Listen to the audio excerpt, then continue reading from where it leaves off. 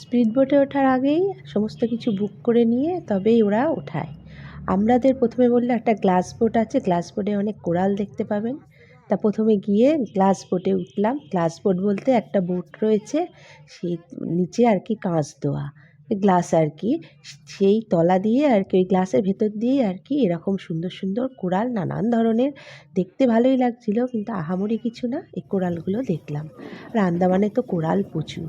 আর এরম একটা ব্রিজ করে দিয়েছে আমাদের যাতায়াতের পথে, এটা কিন্তু ঝোল মানে হাঁটলে এরকম টলমল টলমল করছে।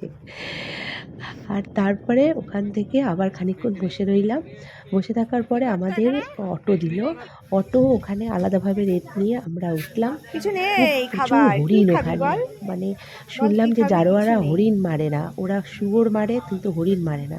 সেই কারণে এখানে নাকি হরিণ প্রচুর পরিমাণে হয়ে গেছে।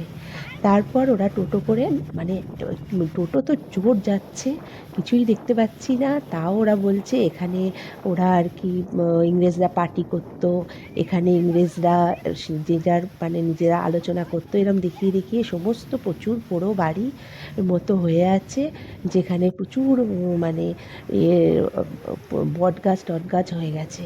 ওখানে কিছুই সেরকম দেখার নেই। তারপর লাইট হাউসে নিয়ে গিয়ে দাঁড় করালো। অপূর্ব লাইট হাউস, পুরনো লাইট হাউস যেটা আর কি ইংরেজদের আমলে, সেটা পুরো ভেঙে গেছে। তাই এইখানে যেটা লাইট হাউসটা আবার নতুন করেছে সেটা কিন্তু দারুণ। বেশ খানিকটা সমুদ্রের ওপরে, একদম মাঝ সমুদ্রে পুরো রাস্তা করে দিয়েছে। সবাই আমরা ওই যে পুরো হেঁটে হেঁটে গেলাম, গিয়ে ওখানে লাইট হাউস দেখলাম। দেখে চারপাশটা দারুণ সুন্দর, জলের কালার তো আন্দামানের জলের কালার সবচেয়ে দিয়ে দেখবে অপূর্ব লাগলো। দারুণ সুন্দর একটা জায়গা দেখে এবার আবার 1.5 ঘন্টা এবার যেতে হবে। একটু গাটা গুলোয় গুলায়, অতক্ষণ সমুদ্রের মধ্যে দিয়ে যাই তো স্পিড বোটে করে। কেমন লাগছে তোমাদের ভিডিওগুলো অবশ্যই জানি।